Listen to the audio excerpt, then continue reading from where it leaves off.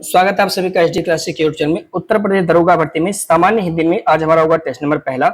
इससे पहले हमने आपको भारतीय संविधान कंप्लीट करा दिया है। अगर आपने उसे नहीं देखा तो वीडियो के डिस्क्रिप्शन बॉक्स में प्लेलिस्ट दिया हुआ है, आप वहां से उन सारे क्वेश्चन को देख सकते हैं।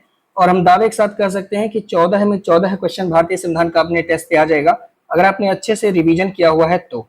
इसी क्रम में हम हिंदी की बात करें तो आप जानते हैं ये एक स्कोरिंग सब्जेक्ट होता है। साथ ही हिंदी के जो 40 प्रश्न आपसे पूछे जाएंगे, अगर आप इसमें 38 से कम लाते हो तो आपके लिए एग्जाम के लिए थोड़ा सा रिस्की बन जाएगा, क्योंकि आप जानते हैं कि मैथ, रीजनिंग और हिंदी ये तीनों सब्जेक्ट मिला करके अगर आप 110 से कम लाते हो तो बहुत मुश्किल है कि आपका सिलेक्शन हो पाए। मतलब कि 100 प्लस तो 100% आपको यहाँ पे तीनों सब्जेक्ट से करना ही करना है साथी, ठीक है। तो इस पॉइंट को ध्यान रखिएगा, जिसमें एक मोस्ट इंपोर्टेंट रोल प्ले आपका हिंदी करता है।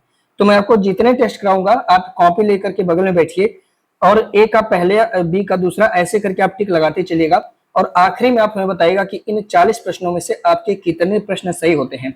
अगर आपके 38 से कम सही होते हैं साथी, तो मैं बार बार कह रहा हूं कि जो भी आपसे गलती हो रही है उसको सुधारिए, क्योंकि अभी आपके पास समय है, ठीक है। तो चलिए बढ़ते हैं। आज का पहला क्वेश्चन बहुत ही आसान से क्वेश्चन से आगे बढ़ेंगे। आज इस वाले टेस्ट में जो हम लोग कवर करेंगे उसमें हम हिंदी भाषा का विकास, जो हमारा पहला चैप्टर है वो है साथी हिंदी भाषा का विकास, हम उसे कवर करेंगे। साथ साथ में जो हमारे वर्णमाला से संबंधित क्वेश्चन है उसे, यानी इन दो टॉपिक को हम कवर करने वाले हैं। तो चलिए एक आसान से क्वेश्चन से आगे बढ़ते हैं। और क्वेश्चन कह रहा है कि डाट डाट का कथन है, यानी किसी ने कहा है कि जो भाषा होता है मनुष्य के बीच संचार व्यवहार का माध्यम के रूप में एक प्रतीक व्यवस्था होता है। तो बिल्कुल जाहिर सी बात है साथी कि भाषा संचार व्यवस्था का माध्यम होता ही होता है, आपको पता, हमको पता है। लेकिन ये बात स्टार्टिंग में किसने कहा था? ये बात बेंद्रे साहब ने कहा था। तो इस प्रकार सही जवाब हो जाएगा प्रश्न का सी आपका राइट आंसर। और यहाँ पे इन दोनों का, दोनों जन का नाम आपको याद रखना होगा। बेंद्रे साहब ने कहा कि यार देखो, जो भाषा होता है ना वो मनुष्यों के बीच संचार व्यवहार के माध्यम के रूप में एक प्रतीक व्यवस्था है, ऐसा बेंद्रे ने कहा। जबकि ब्लॉक एंड ट्रेगर ने कहा कि यार देखो, जो भाषा होता है ना वह यादृच्छिक ध्वनि प्रतीकों की व्यवस्था होती है, जिसके द्वारा द्वारा समाज समाज माने सारे मानव लोग अपने विचारों का आदान प्रदान करते हैं। यानी भाषा जो होती है साथी वह ध्वनि मूलक, सार्थक और यादृच्छिक व्यवस्था होती है। ऐसा किसने कहा है? ब्लॉक एंड ट्रेगर ने कहा है। इनका नाम आपको याद रखना है, थोड़ा ध्यान रखिएगा, ठीक है। चलिए बढ़ते हैं, अगला क्वेश्चन करते हैं नेक्स्ट। देखिए ध्यान से दीजिए, बहुत ही आसान सा सवाल है। और मेरा आपसे रिक्वेस्ट है साथी, अगर आप तक अभी तक आपने सब्सक्राइब नहीं किया तो जरूर करिएगा, उसमें आपका एक को पैसा लगेगा नहीं और पूरा सेशन आपके लिए महत्वपूर्ण है। लेकिन मानिए कि जब आप एग्जाम में बैठेंगे तो सारी चीजें आपको ध्यान आएंगी जो क्लास में हम आपको करवा दे रहे हैं साथी, है ना। तो इसके लिए जरूरी है कि आप सब्सक्राइब जरूर करिएगा और दिल से साथी अगर समझ में आ रहा चीजें तो शेयर जरूर करिएगा, ठीक है। देखिए ध्यान से पढ़िए, इसका जवाब बहुत आसानी से आप दे पाओगे। कह रहा कि आप देखो, जो भाषा होता है मानव जाति को मिला एक ऐसा वरदान होता है जिसके बिना मानव सभ्यता का विकास नहीं हो सकता।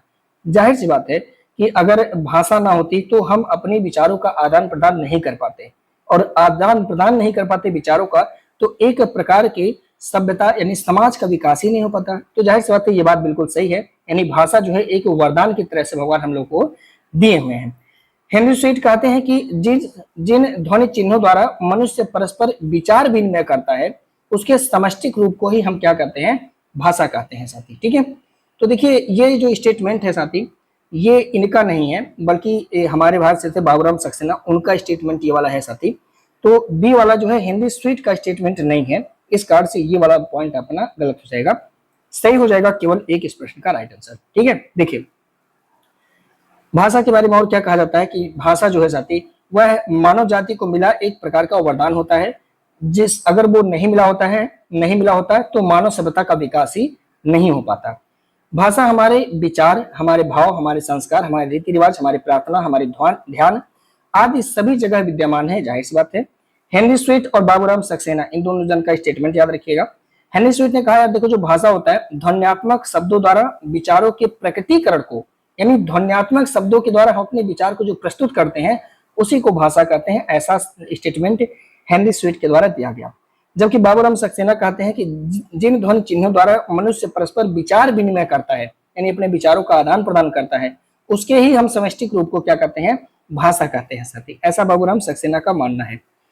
एक प्रश्न और भाषा की परिभाषा से संबंधित है। देखिए कहा कि भाषा को यादृच्छिक ध्वनि प्रतीकों की व्यवस्था माना गया है। तो ऊपर परिभाषा आपने देखा, जो समाज में आपस विचार विनिमय के द्वारा के लिए प्रयुक्त होता है। तो ऊपर आपने देखा ये बात तो बिल्कुल सही है ना, बिल्कुल सही है। भाषा लिखने में प्रयुक्त चिन्हों के व्यवस्थित रूप को लिपि कहते हैं। भाषा लिखने के लिए जो चिन्ह का जो व्यवस्थित रूप होता है साथी, इसी को ही लिपियां कहा जाता है। तो क्या ये वाला स्टेटमेंट सही है? तो हाँ साथी, दोनों स्टेटमेंट यहाँ पर भी आपके सही है।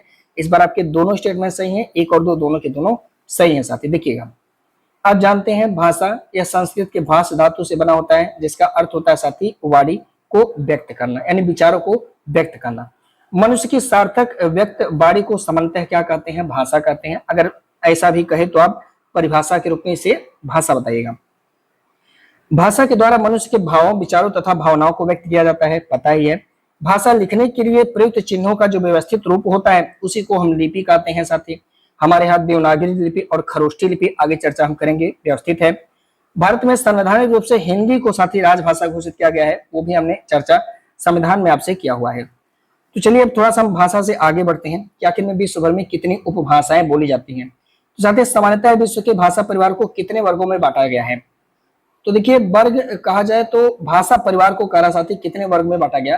तो 4 भौगोलिक क्षेत्रों में 18 वर्गों में बांटा गया है। तो 4 भौगोलिक क्षेत्र में 18 वर्ग में हमें भाषा परिवार मिलते हैं। तो साथी विश्व में 18 जो है भाषा परिवार मिलते हैं, और ये 4 भौगोलिक क्षेत्र के रूप से देखें तो 4 भौगोलिक क्षेत्रों में ये चीज है।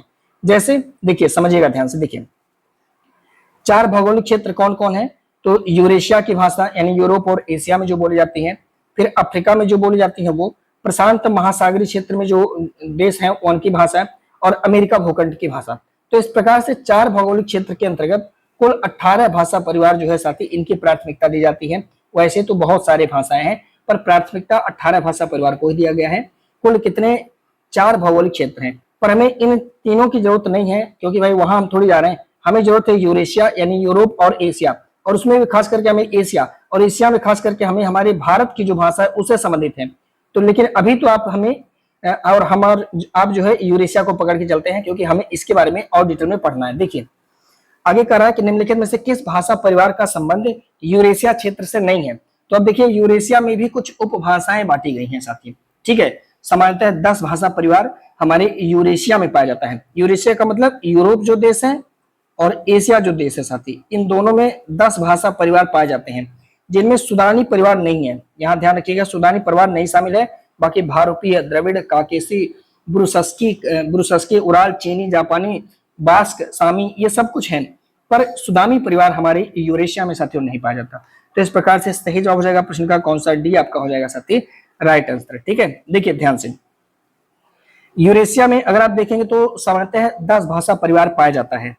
कौन कौन सा? भारोपीय, नाम तो आपने सुना होगा, द्रविड़, काकेसी, ब्रुसेस्की, उराल अल्ताई, चीनी, जापानी, कोरिया, अत्युत्तर परिवार, फिर बास्क परिवार, ये सबको नहीं याद करना है। अब यूरेशिया में हमारे भारत में कौन कौन बोला जाता है उस पर हमें थोड़ा सा ध्यान रखना होगा साथी। और भी पाए जाते हैं, इन्हीं में से कुछ लोग का नाम बदलता भी रहता है साथी, तो घबराना नहीं है, बस याद रखना कि भैया 10 भाषा परिवार पाया जाता है। अब देखिए कह रहा है कि साथी भारत में बोलने वाले प्रतिशत के आधार पर निम्नलिखित भाषा परिवार को लगाइए। अब हमारे भारत में कौन कौन सी भाषाएं बोली जाती हैं वो कह रहा कि यार परसेंट के हिसाब से लगाओ। तो भारत में सबसे ज्यादा हम भारोपीय भाषा बोलते हैं। लगभग में भारत में आप देखेंगे तो 73% लोग भारोपीय भाषा बोलते हैं, ठीक है।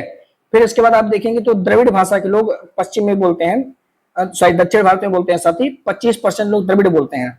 ऑस्ट्रिक भाषा कुछ लोग बोलते हैं साथी हमारे यहाँ, जिनकी संख्या नगण्य मात्र है 1.3%। चीनी तिब्बती ऊपर वाले लोग बोलते हैं, मतलब तिब्बत वाले क्षेत्र में इनकी परसेंट 0.7% है, ठीक है। तो इस तरह से 1 2 3 4 आप देखेंगे सही जवाब हो जाएगा। इसी क्रम में साथियों भारत में भाषाएं बोली जाती हैं, यानी सबसे ज्यादा अगर आप देखेंगे तो भारोपीय भाषा हम बोलते हैं साथी, ठीक है। तो यूरेशिया में जो 10 भाषा बोली जाती है उनमें से भारत में सिर्फ 4 बोले जाते हैं। कौन कौन सा? भारोपीय, द्रविड़, ऑस्ट्रिक और चीनी तिब्बती, ठीक है। अब बोलने वाले परसेंट के हिसाब से देखेंगे तो सबसे ज्यादा भारतीय भाषा के लोग बोलते हैं, फिर उसके बाद द्रविड़ बोलते हैं, उसके बाद ऑस्ट्रिक बोलते हैं, उसके बाद चीनी तिब्बती बोलते हैं।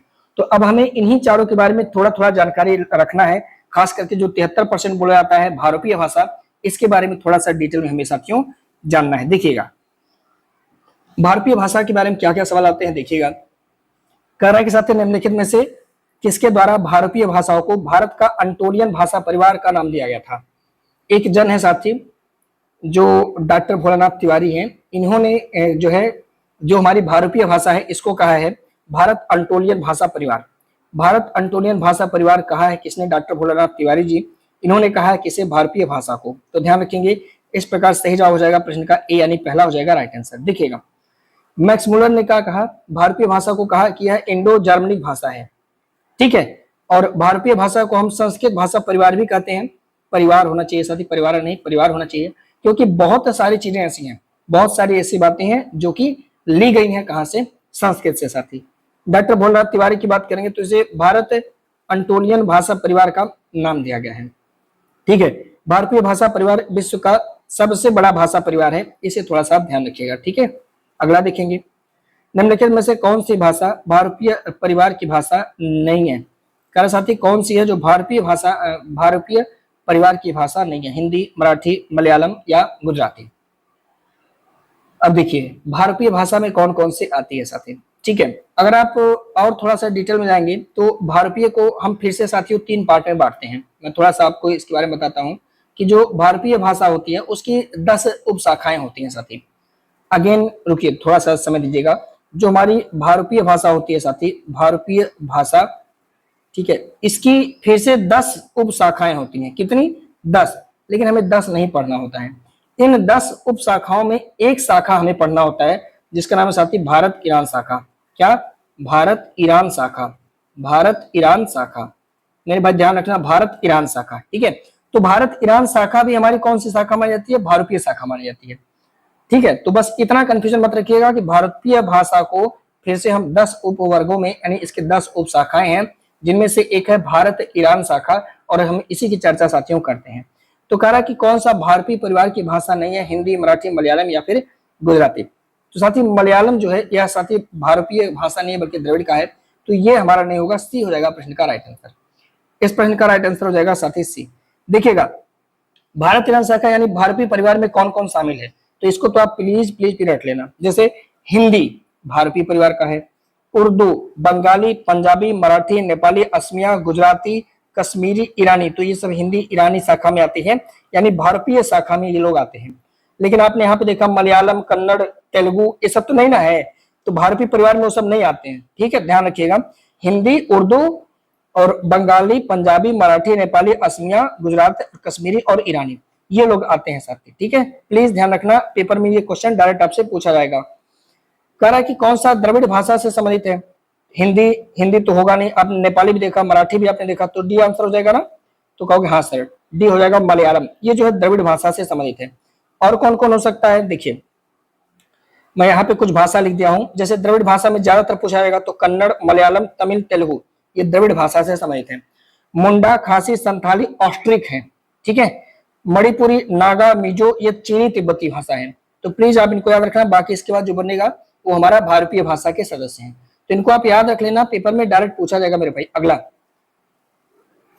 करा के निम्नलिखित में से कौन सा भारतीय भाषा परिवार की उपशाखा नहीं है? तो मैंने आपसे भी क्या कहा, इसके 10 उपशाखाएं हैं। 10 उपशाखा में एक तो ये हो जाएगा, और दूसरा करा साथी सुदानी। तो अभी आपने देखा सुदानी परिवार, मैंने पहले ही बताया, ये जो हमारे यहाँ का नहीं है साथी, है ना, भारत में या जो यूरेशिया में नहीं बोला था सुदानी परिवार, तो इस प्रकार भी हो जाएगा आपका राइट आंसर, सही जवाब, ठीक है। यही जो है साथी भारतीय भाषा की शाखा नहीं है। अब देखिए कौन कौन सी 10 शाखाएं होती हैं, पर 10 का नाम आपको याद नहीं रखना है।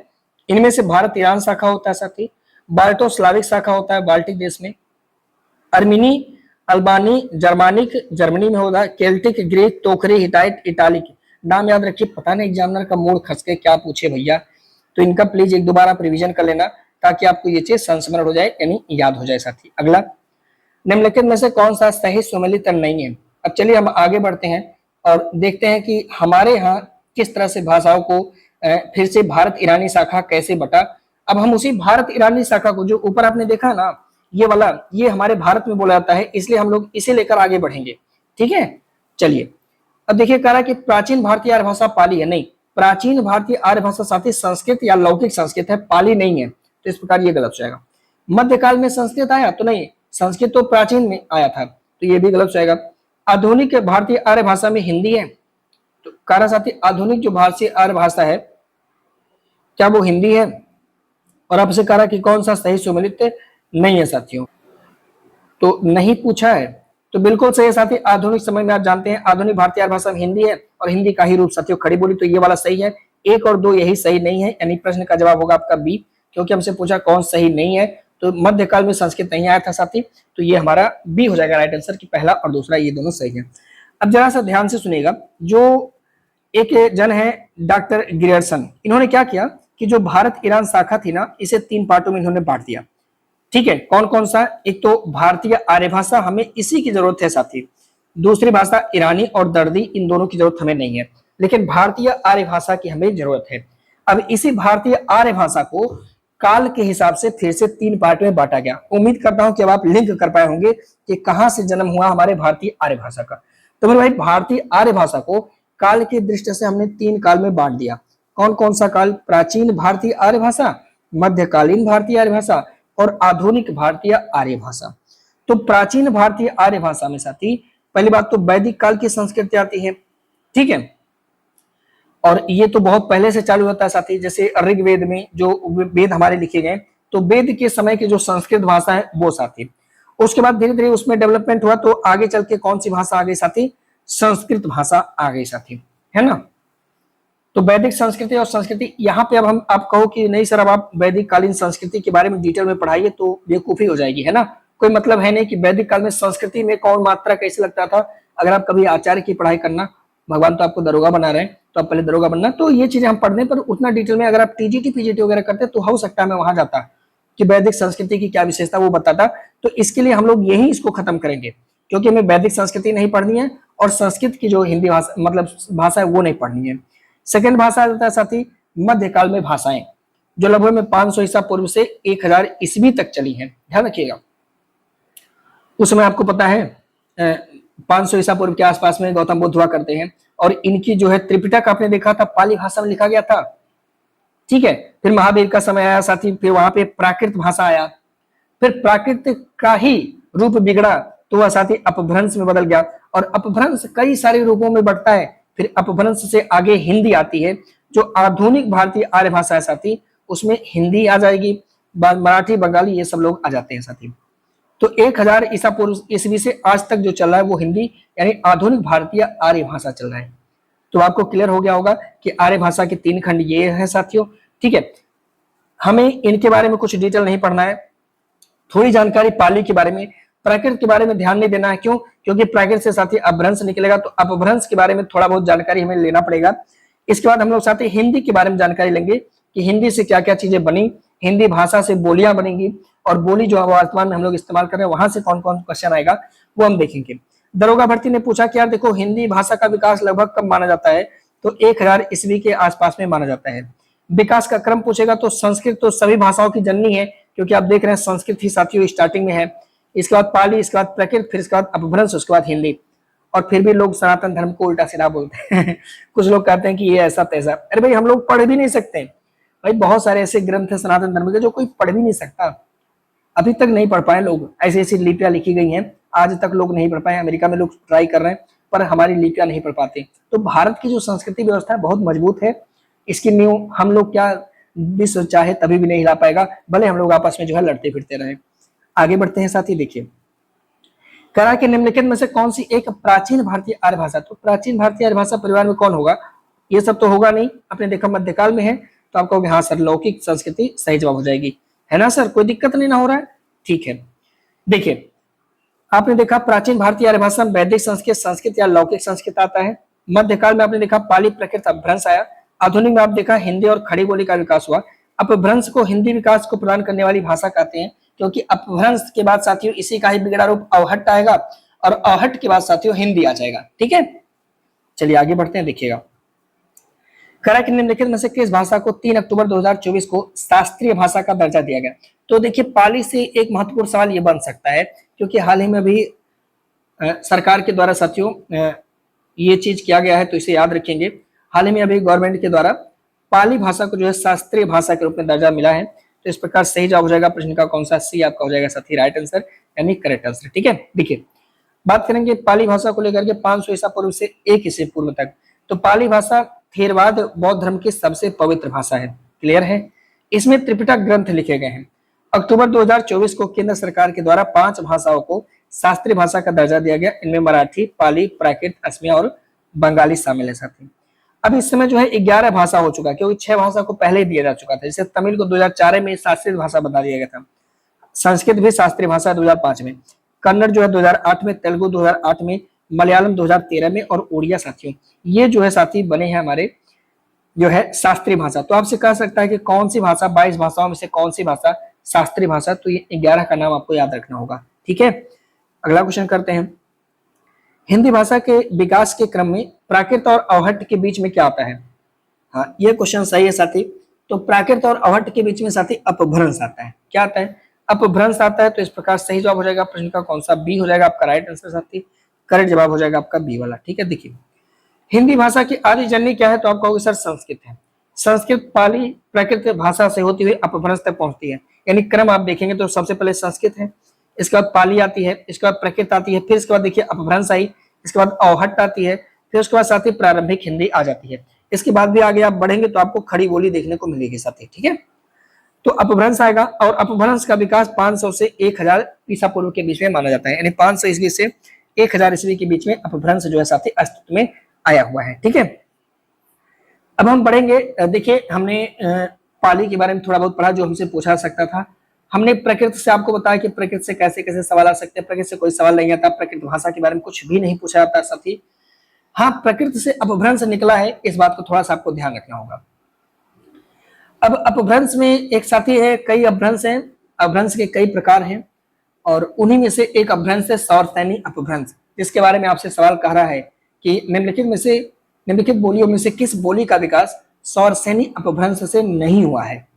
ठीक है, अब इन्हीं अपभ्रंश से बोलियां विकसित हुई साथी अलग अलग क्षेत्रों के लिए।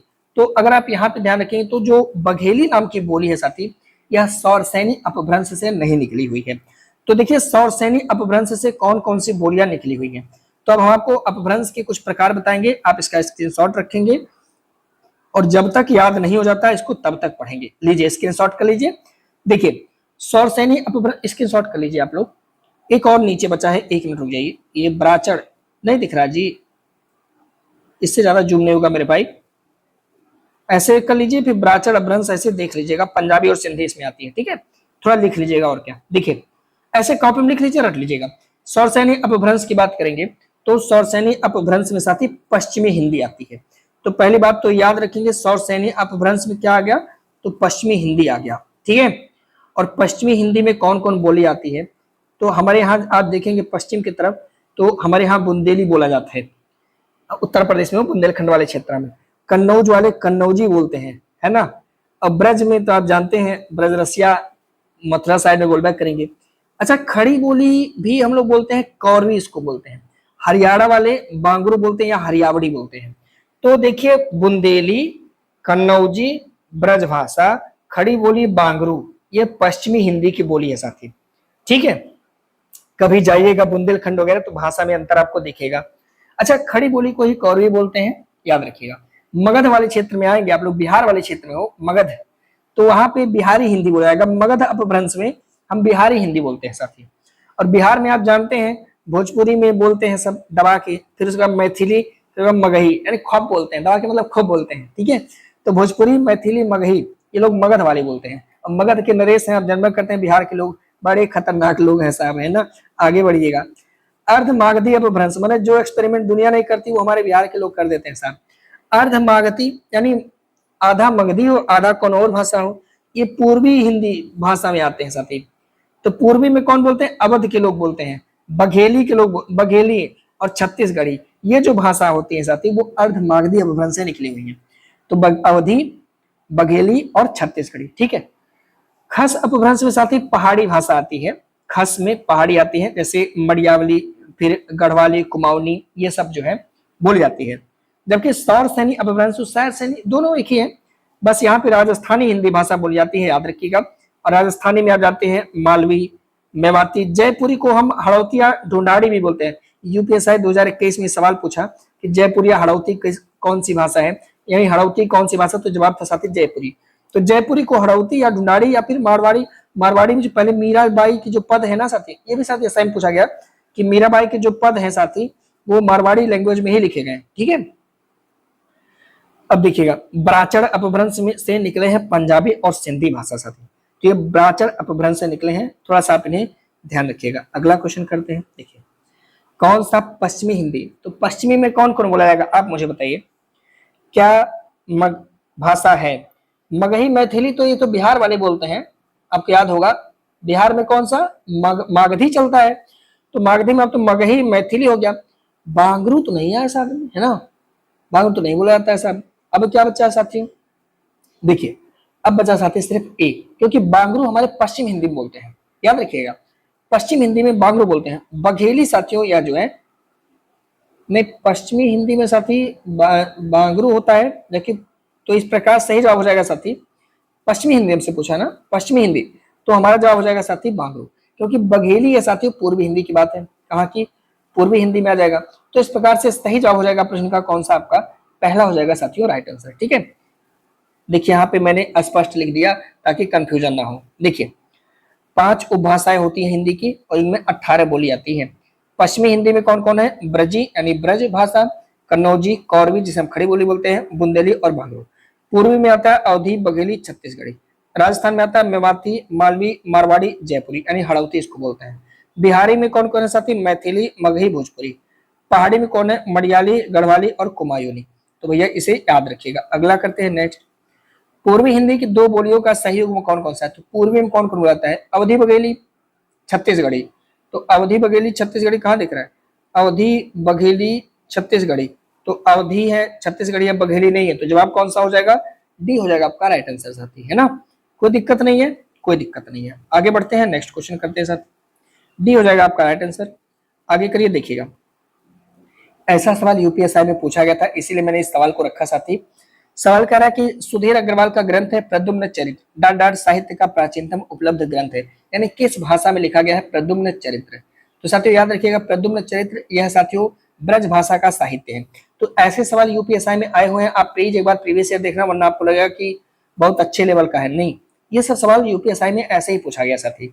तो ब्रज भाषा से संबंधित है साथी प्रद्युम्न चरित्र, याद रखिएगा, ठीक है। तो यहाँ पे देखेंगे ब्रज भाषा का साहित्य प्रद्युम्न चरित्र, जिसके लेखक कौन है साथी, सुधीर अग्रवाल।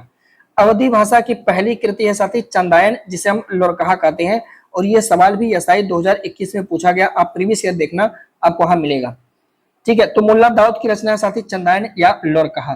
तुलसीदास ने रामचरितमानस ये बैसवाड़ी अवधि में लिखा है, ये भी साथी आपके एसआई 2021 का सवाल है। बंगाली भाषा में साथी गोहरा या फिर गोयरा बोलते हैं अवधि को, तो अवधि को क्या बोलते हैं, गोहरी या फिर गोयरा के नाम से जाना जाता है। तो साथी गोयरी किसे बोलते हैं, तो अवधि को, गोरा किसे बोलते हैं, तो अवधि को, कहाँ पे, बंगाल में साथी, ठीक है, ध्यान रखिएगा। अगला सवाल करते हैं, निम्नलिखित में से कौन सा साहित्य भाषा का सही सुमेलित नहीं है। एक तरफ लिखा है साहित्य और दूसरी तरफ लिखा है साथियों भाषा। मैंने इसीलिए इसको लिखा क्योंकि ये महत्वपूर्ण सवाल है, ठीक है। तो याद रखेंगे यहाँ पे गोरा बादल की कथा खड़ी बोली में लिखा गया है, ना कि मगधी में। तो साथियों ये खड़ी बोली में लिखा गया है, खड़ी बोली, ठीक है। ये सब इंपॉर्टेंट है इसलिए मैंने करा दिया। जबकि इंद्रावती अवधि में है, चंदायन ब्रज भाषा में, लोरकहा अवधि भाषा में साथियों दिया हुआ है, ठीक है। कुछ भाषाएं हैं, कुछ महत्वपूर्ण साहित्य इसे याद रखिएगा, जैसे प्रद्युम्न साहित्य ब्रज भाषा, सुरसागर ब्रज भाषा, मृगावती अवधि, पद्मावत अवधि में लिखा गया, देखिएगा मधुमाला अवधि, चित्रावली अवधि, रामचरितमानस अवधि, चंद छंद वर्णन की महिमा खड़ी बोली, मदनाष्टक खड़ी बोली, गोरा बादल की कथा साथियों खड़ी बोली में लिखा गया। अगला, इनमें से खड़ी बोली हिंदी के पहले कवि कौन है, अमीर खुसरो, सरहप्पा। तो खड़ी बोली के पहले कवि साथियों अमीर खुसरो को माना जाता है, क्योंकि आप जानते हैं खड़ी बोली का जनक भी इनको माना जाता है। इनका मूल नाम अबुल हसन है, इन्हें ही तोताए हिंद भी बोलते हैं साथी, आपको पता होगा। इतिहासकार हैं ईश्वरी प्रसाद, इन्होंने कवियों में राजकुमार कहा है किसे, तो किसे कहा साथी कवियों में राजकुमार, तो याद रखेंगे अमीर खुसरो को कहा इन्होंने, ठीक है। इनकी प्रमुख रचना में इन्हें जो है खड़ी बोली का पहला कवि कहते हैं या खड़ी बोली का जनक भी कहते हैं साथी। इनकी प्रमुख रचना में सबसे इंपॉर्टेंट साथी आशिका या नूह सिपहर, और इनके बाद खल कबारी, आवाज ए खुसरवी, ये भी इन्हीं के साहित्य है, याद रखेंगे। आगे, सिंधी भाषा का विकास कैसे हुआ, तो ब्राचर से हुआ, ये तो आपको पता ही होगा, अभी मैंने ऊपर चर्चा किया था आपसे साथी। ब्राचर अपभ्रंश से साथी सिंधी और पंजाबी भाषा निकला था, वो आपने भी देखा साथी, है ना। तो इस प्रकार सही जवाब हो जाएगा कौन सा, ए हो जाएगा साथी पहला आंसर आपका राइट आंसर। सौरसैनी अपभ्रंश से आप जानते हैं सौरसैनी में पश्चिमी हिंदी, राजस्थानी, गुजराती है, ठीक है। अर्धमागधी में पूर्वी आ गया, मागधी में बिहारी, उड़िया, बंगाल, असमिया, खस में पहाड़ी भाषा, बराचर में पंजाब सिंधी, महाराष्ट्र में साथी मराठी भाषा आ जाता है। ठीक है, अगला है नेक्स्ट क्वेश्चन साथी, हड़ौती बोली का संबंध किससे है? तो अभी आपको गया सर ये तो उड़ा देंगे तुरंत, सी हो जाएगा राइट आंसर, हड़ौती। ठीक है, अब राजस्थान में बोली जाती है साथी हड़ौती, जयपुरी, ढूंढड़ी। ठीक है, उत्तर प्रदेश भोजपुरी, ब्रज, कन्नौजी, अवधी, खड़ी बोली, क्योंकि कहेगा कि निम्नलिखित में से कौन सी भाषा उत्तर प्रदेश में नहीं बोली जाती है, तो ध्यान रखिएगा ऐसे सवाल पेपर में आते हैं। ठीक है, बिहार में भोजपुरी, मगही, मैथिली पता ही है, हिमाचल प्रदेश में मलयाली, दक्षिण भारत में दक्षिणी, उत्तराखंड, नैनीताल, अल्मोड़ा में कुमाऊनी पहाड़ी भाषा साथी, पश्चिम राजस्थान में मारवाड़ी भाषा बोली जाती है। अगला, अब हम थोड़ा सा लिपि से सवाल देख लेंगे, भाषा से जो सवाल आते थे वो हमने चर्चा किया, बाकी प्रैक्टिस सीरीज में हम और चर्चा करेंगे साथी। कहा कि देवनागरी लिपि का विकास ब्राह्मी लिपि से माना जाता है, बात तो सही है। इस लिपि के विकास क्रम में गुप्त लिपि और देवनागरी लिपि के बीच में कौन आता है? ये सवाल भी अच्छा है। तो साथी इसके बीच में आता है कुटिल लिपि। कौन सी लिपि? कुटिल लिपि, सी हो जाएगा आपका राइट आंसर, यानी सही जवाब। देखिए, बात करेंगे देवनागरी लिपि की, तो भाषा लिखने के लिए जिन संकेतकों या चिन्हों का प्रयोग करते हैं उसी को लिपि कहते हैं, आप लोग जानते हैं। भारत में दो लिपि है, तो ब्राह्मणी, एक तो खरोष्टी।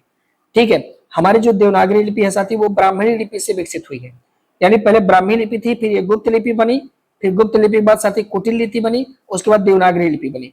तो ब्राह्मी लिपि, इसके बाद गुप्त लिपि, उसके बाद कुटिल, फिर उसके बाद देवनागरी। तभी पूछा था कि गुप्त और देवनागरी के बीच में क्या आता है, तो कुटिल लिपि आती है। देवनागरी लिपि, अच्छा ये क्वेश्चन यूपीएससी में पूछा गया है कि देवनागरी लिपि का सबसे पहले प्रयोग कहाँ पे किया गया था, तो साथियों जवाब होगा आपका गुजरात में।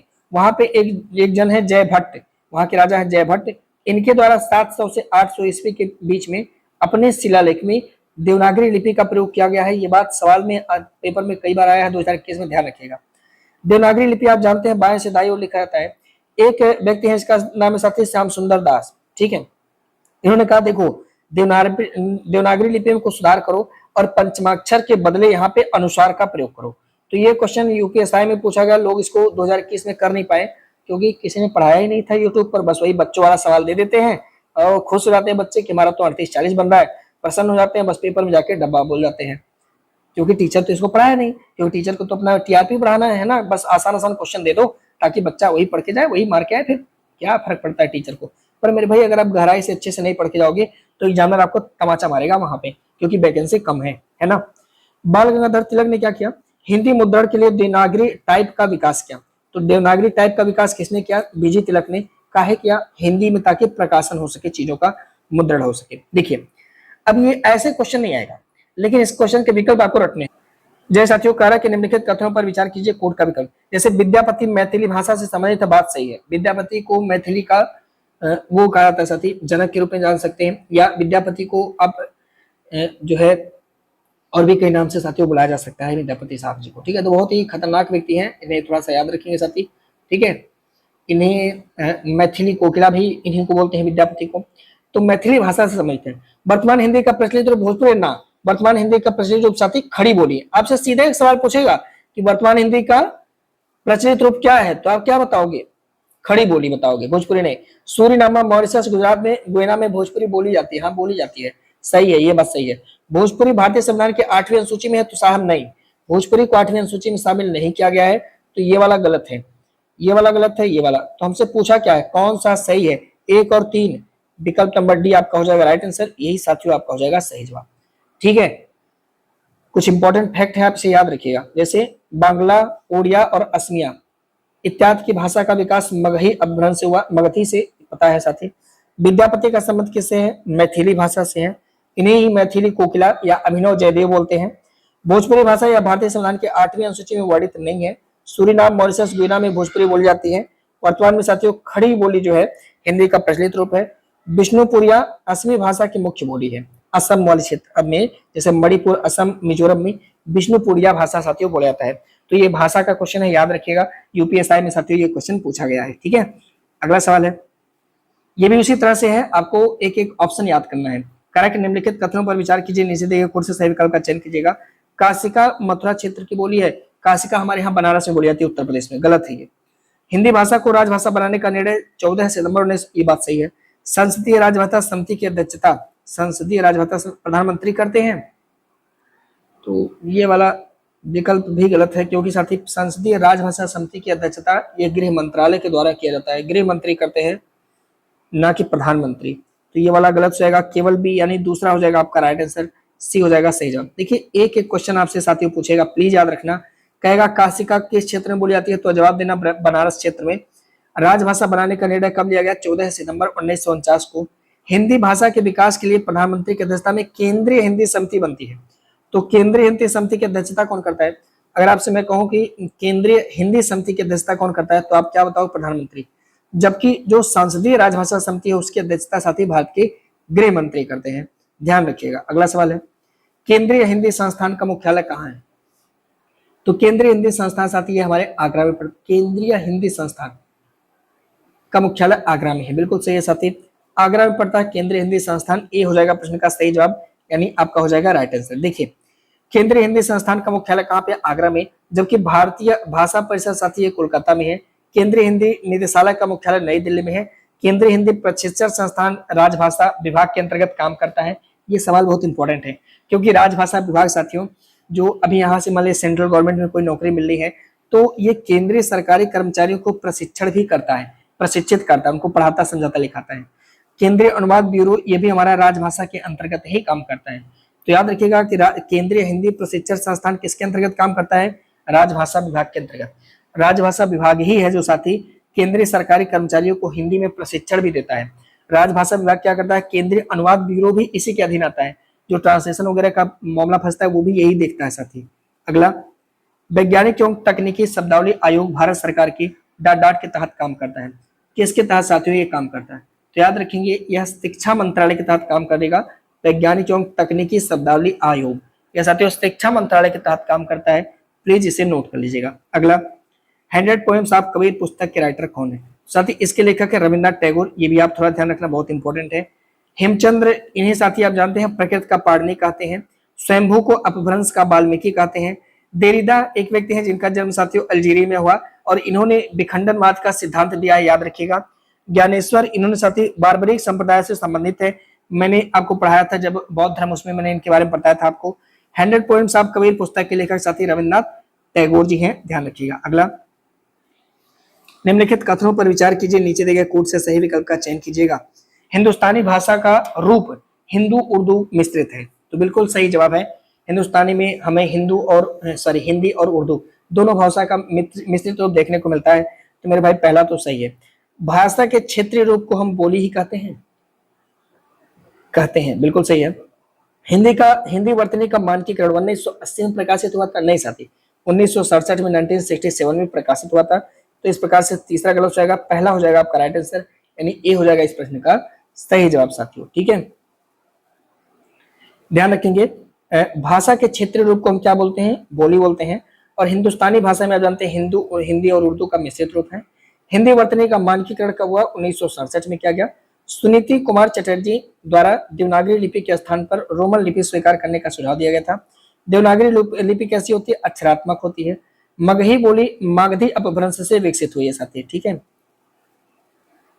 अगला, अगर किसी बोली में साहित्य रचना होने लगती है और क्षेत्र का विस्तार हो जाता है तो वह बोली ना रह करके क्या बन जाती है, हाँ उसे साथी हम उपभाषा कहते हैं। देखिए यहाँ पे ध्यान रखना होगा, ये थोड़ा कंफ्यूजन बन जाएगा कि अगर किसी बोली में साहित्य रचना का विकास जब होने लगेगा तो हम उसे उपभाषा बोलेंगे, और अगर साहित्य रचना नहीं है तो उसे हम बोली बोलते हैं साथी, ठीक है। और उसी साहित्य रचना को जब साहित्यकार के द्वारा प्रस्तुत कर दिया जाता है तो वो साथी भाषा बन जाता है, लैंग्वेज बन जाता है। तो बी हो जाएगा प्रश्न का राइट आंसर सही जवाब, ठीक है। तो बोली क्या होती है, एक छोटे क्षेत्र में बोली जाने वाली भाषा को हम बोली कहते हैं। बोली में साहित्य रचना नहीं होती है। उपभाषा, अगर किसी बोली में साहित्य रचना होने लगती है और क्षेत्र का विस्तार हो जाता है तो वह बोली ना रह करके क्या बन जाती है, उपभाषा बन जाती है। भाषा क्या होता है, साहित्यकार जब उस उपभाषा को अपने साहित्य के द्वारा परिनिष्ठित सर्वमान्य रूप प्रदान कर देता है तब उसका साथी क्षेत्र का विस्तार हो जाता है और वह क्या बन जाता है, भाषा बन जाता है। ये परिभाषाएं आपको ध्यान रखना होगा। अब हम साथी वर्णमाला के कुछ सवाल करेंगे और उम्मीद करते हैं इनमें 10 में 10 आप पूरा करेंगे, क्योंकि 31 से 40 तक तो आप 100% करेंगे। ऊपर अगर आप बचे होंगे तो कोई दिक्कत नहीं है, पहली बार है, अच्छे से अभी रिवीजन कर लेना, अगली बार से गलती मत करना। कोई और देगा तो गलती मत करना, भले यहाँ गलती हो जाए। तो वर्णों के व्यवस्थित समूह को क्या बोलते हैं, वर्णमाला बोलते हैं। वर्ण भाषा की सबसे छोटी का आपको, हाँ सर। व्यंजन और स्वरों का संयुक्त रूप आपको, हाँ सर। अच्छा, एक से अधिक वर्णों के मेल को व्यंजन कहते हैं। एक से अधिक वर्ड जब मिलेंगे तो उसको व्यंजन कहेंगे साथी? नहीं साथियों, डी हो जाएगा आपका राइट आंसर, यही सही सम्मिलित नहीं है। तो भैया कुछ परिभाषा, वर्ड किसे कहते हैं? तो भाषा की सबसे छोटी ध्वनि इकाई को हम साथी ध्वनि या वर्ड कहते हैं। वर्डों के व्यवस्थित समूह को वर्णमाला कहते हैं, या लिपि चिन्हों के क्रमबद्ध समूह को वर्णमाला कहते हैं।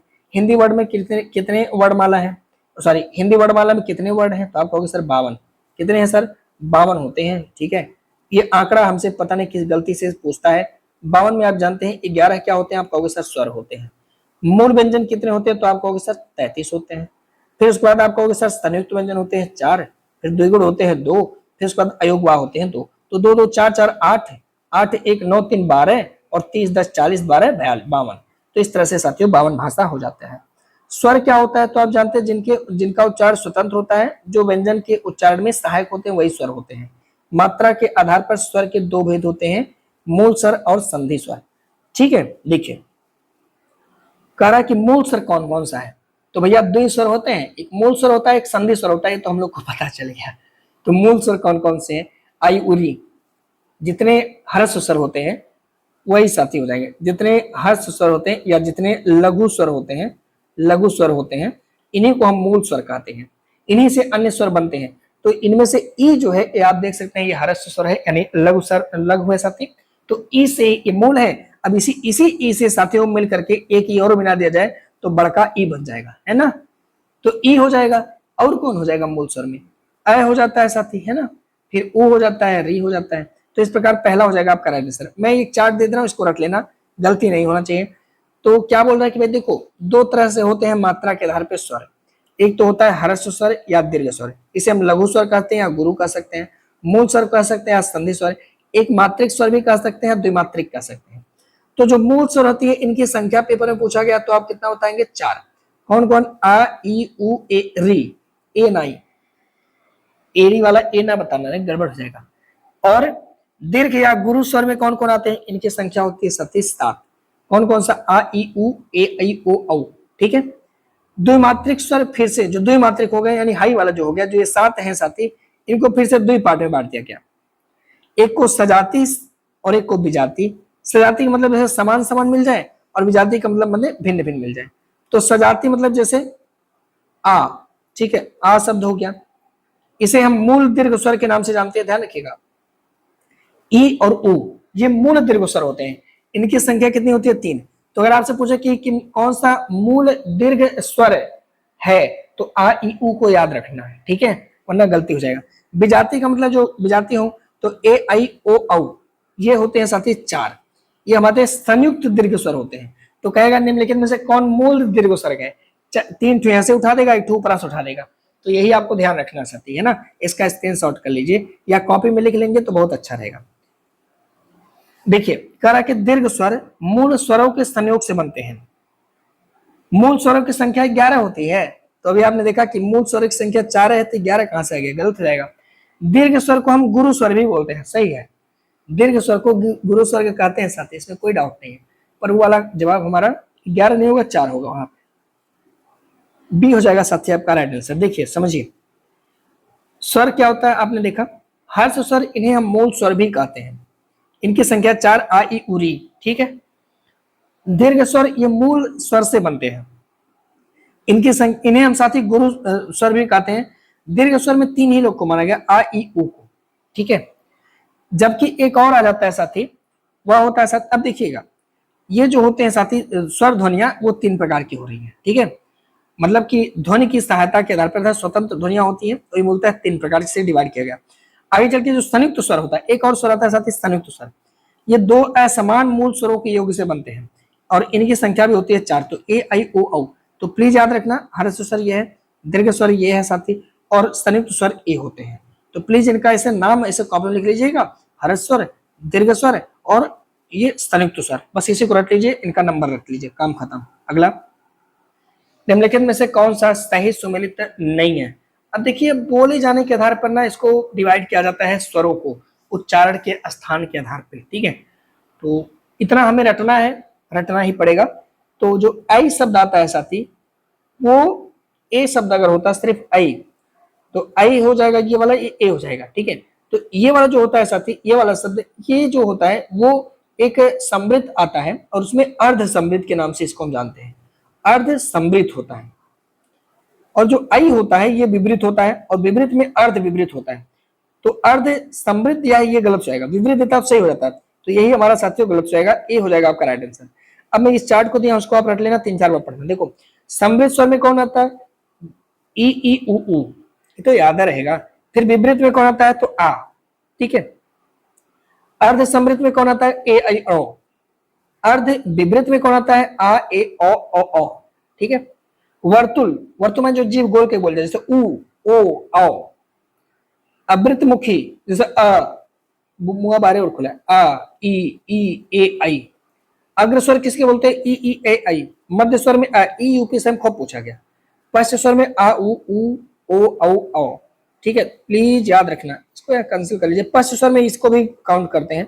ये अलग अलग पार्ट है साथी, ये वर्तुल के आधार पे है, ये विपरीत के आधार पे है साथी, ये विपरीत समृद्ध के आधार पे है, और ये स्थान के आधार पे है। तो मैंने एक कर दिया क्योंकि हम लोग को तो एग्जाम निकालना है, कौन सा लिखित परीक्षा पास करना है। तो एक बार इसको रट लेंगे, 3-4 बार पढ़ेंगे, काम खत्म। आगे निम्नलिखित में से कौन सा सही सम्मिलित है, अच्छा कंठ है। तो सबसे पहले गला से तो शुरू करते हैं कहानी साथी, कंठ है। सबसे पहले अपने गला पकड़िए कंठ पे, तो कंठ से बोलिए ऐसे अनार ऐसे आम। तो चलिए गला, गला के बाद साथी आ जाइए तालू पर। तो कंठ पे आइए, कंठ पे आ जाइए तो तालू आ जाइए, कंठ तालू। तो कंठ के बाद ए आ हो गया है, ई ई ई ई, ठीक है। आपका यहाँ से तालू आ गए। अब कहाँ जाया जाए, अब यहाँ अगर स्वर देगा, अगर स्वर देगा तो कंठ तालु बाद ओठ पे आ जाइए। कंठ तालु ओठ, नंबर याद रखिएगा, कौन कौन सा, कंठ फिर तालु फिर उसके बाद ओठ, ठीक है। यहाँ पे ऐसे सीधे चले जाना है, गटई पे आइए, तालु में आइए, ओठ पे आइए, ओठ के बाद ऊ ऊ, ठीक है। कौन सा आ जाएगा, ऊ और साथ ही ऊ, ठीक है, ये वाला आ जाएगा। अब समझिएगा, फिर अब आप सुनिए, कंठ तालु ओठ पे आ गए ना। अब मेरी बात को ध्यान से सुनिएगा। अब एक काम करिएगा, कंठ और तालु को ऐड कर दीजिए। तो कंठ और तालु को जब ऐड करेंगे तो ऊ के बाद ए आई, ए आई। तो कंठ और तालब इसको बोलते हैं, कंठ तालब भी बोलते हैं साथी, ठीक है। देखिए एक बार ध्यान से इसको रट लेंगे, काम बन जाएगा। देखिए मेरी बात को ध्यान से सुनिए, सबसे पहले किस पे आइए, कंठ पे आइए। तो कंठ पे आप किसको पढ़ेंगे, ए और आ पढ़ेंगे। बहुत आसान सा, आपको यहाँ सर आ गए। कंठ के बाद आगे बढ़ जाइए, तालु पर आ जाइए। आपको यहाँ सर चलिए, ये सब सिर्फ व्यंजन के लिए लागू करिएगा। अभी आगे वहां पे सॉरी स्वर के लिए तालु पे आ जाइए। इसके बाद क्या आएगा, ए आ के बाद ई ई, ए आ ई ई, ठीक है। फिर सीधे चले जाइए ओठ पर, सीधे चले जाइए कहाँ पे, ओठ पर, ओठ पर ऊ ऊ, ओठ पे आ जाइए साथी, कौन सा, ऊ ऊ, ठीक है। अब देखिए, अब यहाँ पे याद रखिएगा, कंठ में एक बार तालु को जोड़ दीजिए। तो कंठ में तालु को जोड़ेंगे तो कंठ तालव्य हो जाएगा, कंठ तालव्य, कंठ तालव्य, ठीक है। तो कंठ है, तालु है, ओठ है, तो कंठ और तालु को जोड़ दीजिए, कंठ तालव्य बन गया।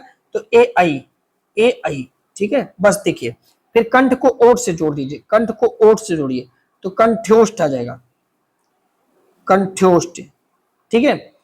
कंठ और ओष्ठ साथी, कंठ्योष्ठ। तो साथियों ये हो जाएगा कंठ और ओठ से ए आई ओ औ, ओ औ। बस साथी खत्म, कहानी हो जाएगा। इसके बाद एक शब्द और बनता है साथी, नासिका पाजी, मूर्धन्य। बस इनका जोड़ कर दिए ना, अब आ जाइए मूर्धन्य, मूर्धन्य, मूर्धन्य पे आ जाएगा साथी, कौन सा, री हो जाएगा, कौन सा, री हो जाएगा साथी। बस यही है। अब बताइए कौन सा कर सही सम्मिलित है। तो कंठ में ए आ सही है, कंठ के बाद तालु हो जाएगी, ई ई सही है, मूर्धन्य सही है, री। लेकिन कंठ के बाद ओठ है, ऊ नहीं होगा साथी। कंठ और ओठ को जब जोड़ेंगे, तो कंठ और ओठ को आप जोड़े हैं तो देखिए ये वाला आ जाएगा, है ना, यानी कौन सा, ओ और औ आ जाएगा। तो ये वाला गलत हो जाएगा, चौथा गलत हो जाएगा। 1 2 3 आपका सही है साथी, डी हो जाएगा विकल्प में राइट आंसर, यानी सही जवाब। क्लियर है ये मामला, ठीक है। यहाँ चार्ट दिया है, आपका मन के याद करिए, तरीका हमने आपको बता दिया। अगला सवाल साथी, निम्नलिखित कथनों पर विचार कीजिए, सही विकल्प का चयन कीजिएगा। व्यंजन क्या होता है, वे ध्वनियां होती हैं जिनके उच्चारण स्वरों की सहायता से के बिना नहीं हो सकता, बात सही है। स्पर्श व्यंजन कुल 33, स्पर्श व्यंजन 25 होता है, मूल व्यंजन 33 होता है साथी। तो बी वाला गलत जाएगा, पहला आपका हो जाएगा राइट आंसर, ए हो जाएगा राइट आंसर, ठीक है। देखिए बात करें अगर हम व्यन और जन की, तो एक बार इसको ऐसे कर लेते हैं। देखिए तो ये तो पता है कि बिना स्वर के व्यंजन बोला नहीं जाएगा, और मूल व्यंजन कितने होते हैं, 33 होता है। अब इस 33 में आप देखेंगे तो 25 स्पर्श होता है, 4 अंतस्थ होता है, तो 25 4 29 और 4 ठो उष्म होता है, ये हो गया साथी 33। स्पर्श व्यंजन 25 होते हैं, जैसे क वर्ग में कौन कौन आता है, तो क ख ग घ अंगा, च वर्ग में च से जैसे इया, ट वर्ग में ट ठ ड ढ अड़ा, त वर्ग में त थ द ध न, प वर्ग में प फ ब भ म, तो क च ट त प, ये जो वर्ग होता है यही सभी वर्ग साथियों मिलकर के स्पर्शी व्यंजन बनाते हैं। अंतस्थ में कितने होते हैं, 4 होते हैं साथी, यर लवन, ठीक है। फिर उस में कितने होते हैं साथी, 4 होते हैं, स है होते हैं। इसके अतिरिक्त साथी 33 के अतिरिक्त कुल टोटल 39 होता है साथी, ठीक है। 4 और जोड़ देंगे 33 में, 4 और जोड़ देंगे साथी, ये 4 जो होते हैं वो संयुक्त अक्षर होते हैं। जैसे क के बाद 6 आता है, तो 6 हो गया संयुक्त अक्षर, त्र हो गया संयुक्त अक्षर, ज्ञ हो गया और स्त्र हो गया साथी। तो 33 4 37 और 2 और जोड़ देंगे साथी, जिन्हें हम उत्क्षिप्त व्यंजन बोलते हैं। ड से डलिया और ढ से ढकना, इसे साथी उत्क्षिप्त व्यंजन बोलते हैं। इस प्रकार से साथी यह कितना हो जाएगा, 39 हो जाएगा, 39 हो जाएगा साथी, ठीक है। इसे थोड़ा सा आप याद रखिएगा, ठीक है। आगे बढ़ते हैं। निम्नलिखित में से कौन सा सही सुमेलित नहीं है। अभी थोड़ा क्वेश्चन और रह जाएगा, तो उसको हम आगे आपसे डिस्कस करेंगे नेक्स्ट वाले पार्ट में। जो सवाल रह जाएगा उस पर चर्चा बिना किए आगे नहीं बढ़ेंगे। तो कह रहा साथी कि अब यहाँ पर भी वही सवाल आ गया, लेकिन यहाँ पर भी वैसे ही चलना है साथी। देखिए कैसे चलना है, बस थोड़ा सा कुछ चीजें बदल जाएंगी यहाँ पे। जैसे सबसे पहले क्या शुरू करेंगे, कहां से आप, कंठ से, कंठ से। तो कंठ में अब यहाँ पे साथी आ तो आएगा नहीं, लेकिन क से कबूतर वाला जो वर्ग होता है वो पूरा आ जाएगा, क वर्ग पूरा आ जाएगा, यानी क ख ग घ अंगा तक पूरा आ जाता है साथी, और उसके बाद है से हल आ जाता है। तो ये पूरा हम लोग गले से बोलते हैं, क से कबूतर, ख से खरगोश, ग से गमला, घ और अंगा और है, ये पूरा हम लोग कंठ से बोलते हैं। कंठ की बात कहोगे सर अब आगे, तो फिर आ जाइए तालु, तालु। तो क ख ग घ अंगा, क के बाद कौन आया था, तो आप बोलो सर च वर्ग आया था। तो यहाँ पे तालु में जितने भी च वर्ग आएंगे, तो च छ ज झ इया, ये लोग पूरा, और य और श इनका नाम याद रखना, तो ये तालु से बोले जाते हैं, च छ ज झ, ठीक है। तो च छ ज झ ये पूरा साथियों। फिर इसके बाद तालु से और य और से, यानी च वर्ग और ये पूरा। फिर साथी आ जाता है इसके बाद तालु के बाद आप कहा सीधे ओठ पर आ जाते थे ना, पर यहाँ ऐसे नहीं करना है, 2 लोग को और जोड़ना है साथी। तालु से ठीक पीछे मूर्धन्य होता है, ठीक है। यहाँ पे 2 लोग को और जोड़ना है, कौन कौन सा, तब ओठ पे आएंगे। मूर्धन्य नाम का एक दुनिया होता है साथी, मूर्धन्य। तालु के बाद मूर्धन्य पे आइए, तो क च ट ट वर्ग में पूरे लोग इसमें आ जाते हैं साथी। और र और स, र और स ये दोनों मूर्धन्य है, र स मूर्धन्य है। हाई वाला स आप देखेंगे ताला भी है, और हाई वाला स आप देखेंगे मूर्धन्य है साथी। प्रोनाउंसिएशन में बड़ा मदद करेगा। अब मूर्धन्य के बाद साथी हम फिर आगे बढ़ेंगे, ठीक है। तो हमें मूर्धन्य के बाद मिलेगा साथी हमारा दांत, जिसे हम बोलते हैं दंते। तो यहाँ पे साथी याद रखेंगे दंते बोलते हैं, दंते बोलते हैं साथी। और दंत में क च ट त त वर्ग के पूरे लोग हो जाएंगे साथी, त वर्ग के पूरे लोग साथी दंत में आ जाएंगे। और इसमें एक और शब्द जुड़ेगा ल, और उसके बाद छोटका स। अब साथी दांत तक हम लोग आ चुके हैं, अब हम ओठ पर आते हैं। ओष्ठ में साथी सिर्फ एक ही वर्ग आता है, प। तो ओष्ठ में आ जाइए, ओष्ठ। तो यहाँ पे साथी जो प वर्ग होते हैं वो सब आ जाएंगे। और यहाँ पे कहा दंत में प वर्ग, गलत है, ये हमसे नहीं सुमिलित है साथी, क्योंकि ओठ में प वर्ग आता है साथी, ठीक है, ओठ में। फिर अब दांत और ओठ को मिला दीजिए, दांत और ओठ को मिला दीजिए, तो एक शब्द निकल के आता है साथी, वह शब्द। क्या आता है, वह शब्द। यही शब्द हमारा दंत्योष्ठ वर्ड है। दांत और ओठ को जब मिलाएंगे तो साथियों एक शब्द आता है वह, क्या आता है, वह आता है, वह। तो दंत्योष्ठ में आता है वह। इसके बाद एक और शब्द बनता है साथी, इसे नाक का प्रयोग करते हैं, नासिका, यानी अंगा इया अड़ा न म, जिसमें नासिका का प्रयोग होता है, ठीक है। तो डी हो जाएगा प्रश्न का राइट आंसर। अभी यहाँ पे हम लिख दिए हैं, आप इसको स्क्रीनशॉट ले लेना और अच्छे से इसका रिवीजन कर लेना मेरे भाई, 1-2 बार आप पढ़ लेना ना, मामला क्लियर हो जाएगा, ठीक है। अगला, निम्नलिखित में से कौन सा लोड़ित या फिर प्रकंपित व्यंजन का उदाहरण है। तो 2 लोग ऐसे होते हैं जिनका नाम आपको याद रखना होगा साथी। जैसे एक र हो गए, एक ल हो गए। तो ल ये पार्श्विक ध्वनि होता है, केवल एक कट होता है। और र होता है साथी जिसे हम लोड़ित या फिर प्रकंपी व्यंजन के नाम से जानते हैं। तो इस प्रकार याद रखेंगे, बी हो जाएगा प्रश्न का राइट आंसर, आपका सही जवाब, ठीक है। अब लय क्या होता है तो देखिएगा, यहाँ मैं कुछ और शब्द लिख दे रहा हूँ। एक तो अल्प प्राण महाप्राण भी पेपर में कभी कभी आता है। तो लय को साथ ही हम पार्श्विक ध्वनि बोलते हैं, जबकि रय को लोडित बोलते हैं। एक शब्द होता है साथ ही अल्प प्राण। जितने भी हमारे व्यंजन हैं, जितने वर्ग हैं, जैसे क वर्ग में क ख ग घ ङ, च वर्ग में च छ ज ञ, ट वर्ग में ट ठ ड अ, त वर्ग में त थ ध न, प वर्ग में प फ म ये। तो क च ट त प, उस वर्ग में जो पहला अक्षर हो जाएगा, पहला वर्ग क वर्ग में कौन है तो क। तीसरा वर्ग कौन सा होगा, क के बाद ख छोड़ दीजिए ग, ठीक है। और पांचवा अक्षर कौन कौन तो क्या हो जाएगा आपका सर अंगा, यानी क ग अंगा। ये हमारे हो गए अल्प प्राण। इसी तरह से च में च देखिए, छ ज हो जाएगा, झ के बाद साथियों इया इया, ठीक है। तो प्रत्येक वर्ग का पहला तीसरा पांचवा यानी 135 नंबर पे आएगा अल्प प्राण, ठीक है, बात क्लियर है। तो इस तरह से प्रत्येक वर्ग में अगर देखेंगे तो 3-3 निकलेगा, यानी 3-3 निकलेगा तो 5 वर्ग से कितना निकल गया आपका सर 15 निकल गया। और सुनिएगा, जितने अंतस्थ होते हैं ईयर लवय वो सभी अल्प प्राण होते हैं।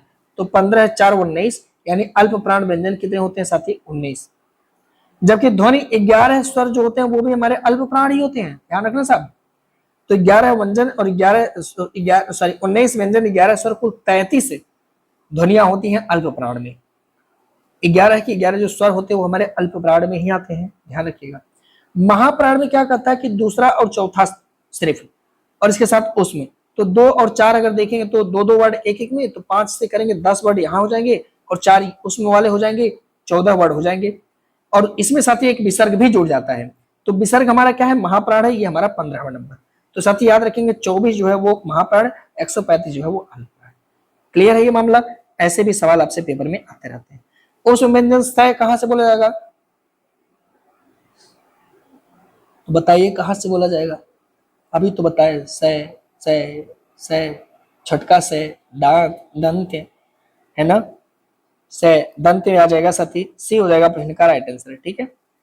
अब इनको जरा देख लेना, ये कभी कोई पेपर में आता है। जैसे अंतस्थ में यह कहां से बोलते हैं, ये पेपर में डायरेक्ट आता है।